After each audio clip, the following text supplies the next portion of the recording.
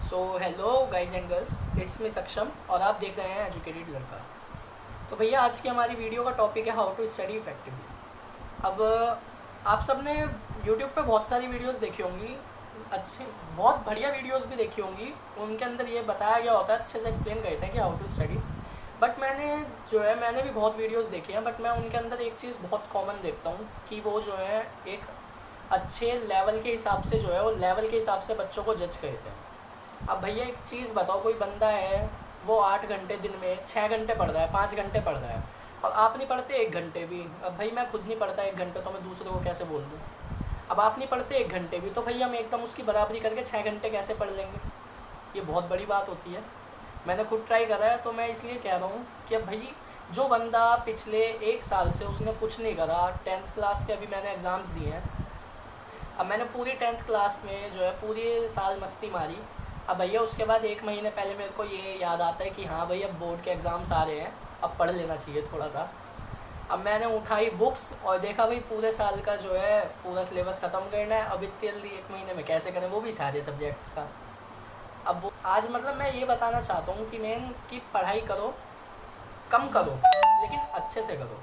Particular एक topic पढ़ो तो उसी को पूरा अच्छे से पढ़ो कि ज़्यादा, अगर आपके पास 10 टॉपिक है तो 10 टॉपिक के पीछे मत भागो। 10 में से आप जो है 5 करो, 6 करो, लेकिन उन 6 और 5 को इतने अच्छे से कर लो, इतने अच्छे से कर लो कि अगर कहीं से पूरे चैप्टर में से कुछ भी क्वेश्चन आ जाता है, पूरे टॉपिक में से कुछ भी क्वेश्चन आ जाए तो आप उसका आंसर दे सको। क्योंकि ऐसा होता है कि भाई देखो आजकल जो है नॉर्मली वेटेज तो सब जो है प्रोवाइड कर ही देते हैं। अब हमारे पास पूरे एग्ज़ाम की जो है पूरे सब्जेक्ट की वेटेज आ जाती है, इस चैप्टर में से इतना आएगा, इस चैप्टर में से इतना आएगा। अब कुछ होते हैं भाई 10 चैप्टर हैं हम टोटल एग्ज़ाम में जो आने हैं, मतलब सिलेबस में। अब 10 में से कोई बच्चे हैं, अब भाई उनने पूरे साल कुछ नहीं पढ़ा, अब उसे पास होना है, पास होने के साथ अच्छे मार्क्स भी लाना है। अब आप सबसे पहले अपना जो वेटेज का चार्ट होता है वो उठाओ और उसमें देखो कि सबसे ज़्यादा पहले तो मार्क्स गेनिंग चैप्टर्स कौन कौन से। अब जैसे भाई 6-6 नंबर के हो गए, 5-5 नंबर के हो गए, इन चैप्टर्स को पहले मत देखो। पहले देखो 7 नंबर के, 8 नंबर के या 10 नंबर तक के भी चैप्टर होते हैं। पहले वो चैप्टर्स देखो कि कौन कौन से हाई स्कोरिंग मार्क्स वाले चैप्टर हैं। तो उसके बाद जो है आप उनमें से पर्टिकुलर पहले चैप्टर छांट लो फिर कि आपको कितने आते हैं। अगर वो है कि कम वेटेज वाले हैं कोई बात नहीं, उन्हें आप वहीं छोड़ दो। पहले जो ज़्यादा वेटेज वाले चैप्टर्स हैं आप पहले उन्हें उठाओ और उनको अच्छे से प्रिपेयर करो, जो कि भैया कुछ भी क्वेश्चन आ जाए, कुछ भी क्वेश्चन आ जाए चैप्टर में से उसे लिख के आना है हर हाल में। दूसरी चीज़ मैं एक जो है सबसे बहुत मतलब उससे कहना चाहता हूँ, जो मैंने खुद भी फेस करी है, कि भाई रात को पढ़ाई बिल्कुल मत करो। रात को पढ़ाई बिल्कुल हो ही नहीं पाती किसी भी हाल में। अब भाई जिन्हें बचपन से ही आदत है रात को पढ़ने की भी, दिन में भी पढ़ने की, अब भाई वही 6-6 8-8 घंटे वाले बच्चे, उनका तो कुछ मैं कह नहीं सकता। बट जो बच्चा पढ़ता नहीं है मेरी तरह, मैं खुद नहीं पढ़ता, मैं इसलिए कह रहा हूँ। अब भाई जो बच्चा नहीं पढ़ता अच्छे से, तो वही है कि रात को बिल्कुल कोशिश भी मत करो पढ़ने की। क्योंकि हर एक स्टूडेंट लाइफ में एक सबसे बड़ी प्रॉब्लम आती है कि भाई बच्चे जो है जब प्रेशर में आ जाते हैं एग्ज़ाम्स के टाइम, तो वो मुश्किल से मुश्किल बिल्कुल 6-6 घंटे सोते हैं, 5 घंटे सोते हैं, सारी सारी रात बैठ के वो किताबें ले लेके बैठ जाता है। अब उन्हें भाई नींद भी तो आती है। रेस्ट तो करोगे पहले या उसी के बाद ही तो एनर्जी खर्च करोगे जब एनर्जी आएगी। अब आप पहली रात को जग लिए, अगले पूरे दिन भाई नहाना धोना खाना पीना और पढ़ना, फिर बाहर भी जाना होता है, घर से बाहर सोइयो काम होते हैं दिन के।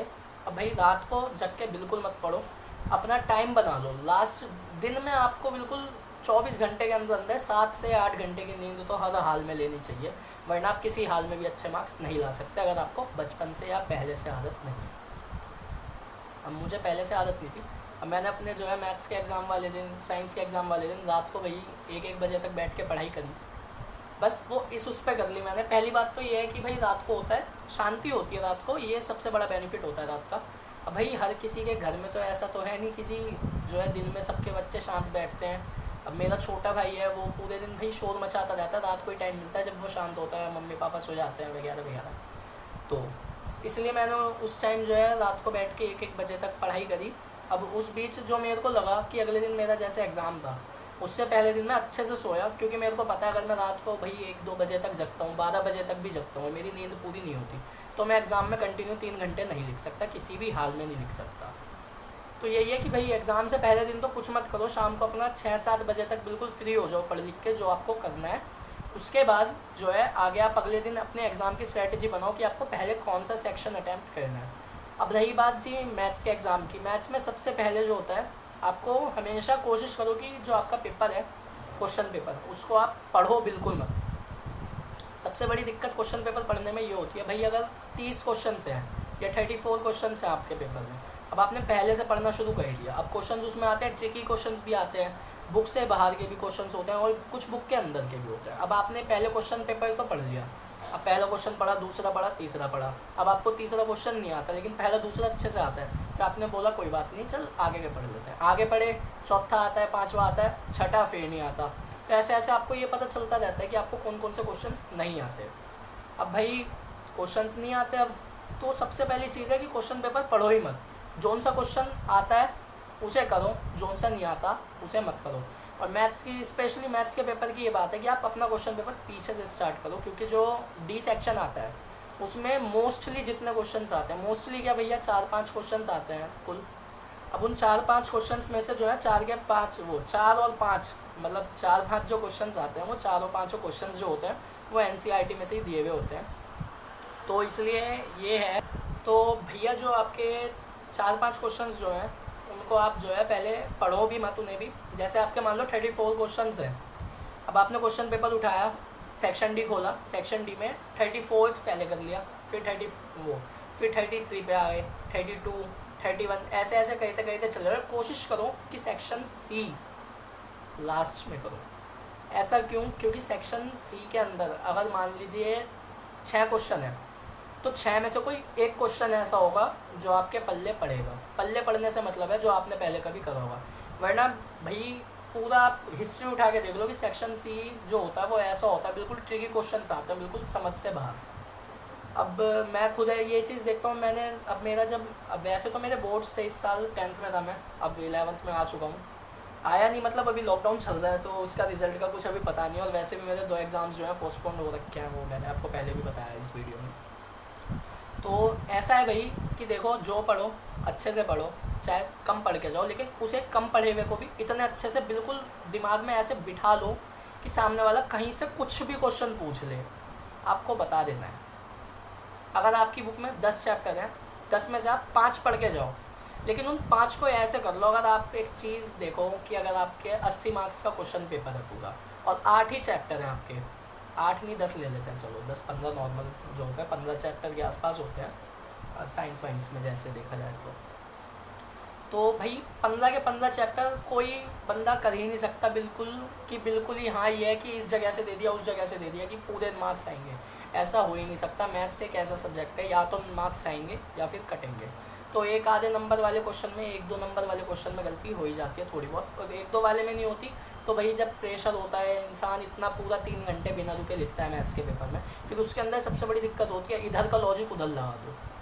ये मैंने बहुत बड़ी अपने अंदर भी कमी देखी है कि भैया चैप्टर फर्स्ट के अंदर जो फॉर्मूला लगना था उस तरह का ही सेम क्वेश्चन है चैप्टर 7th में, तो मैंने फर्स्ट वाला 7th में लगा दिया, मैं दोनों क्वेश्चन में कंफ्यूज हो गया, तो उससे क्या हुआ, मेरे मार्क्स कट गए।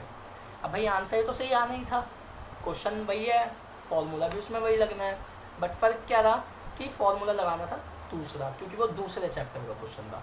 तो अब भाई 4 नंबर के क्वेश्चन में टीचर जो है, अब टीचर देखेगा हाँ भाई बच्चे ने मेहनत करी है, 2.5-3 नंबर टीचर ही दे देगा, तो 1 नंबर कट गया ना हमारा, 1-1.5 नंबर जो भी कटा वो कटेगा। तो इसलिए है कि भैया कॉन्सेप्ट इतने अच्छे से समझो कि सामने वाला भी बोले हाँ भाई कुछ पढ़ा है।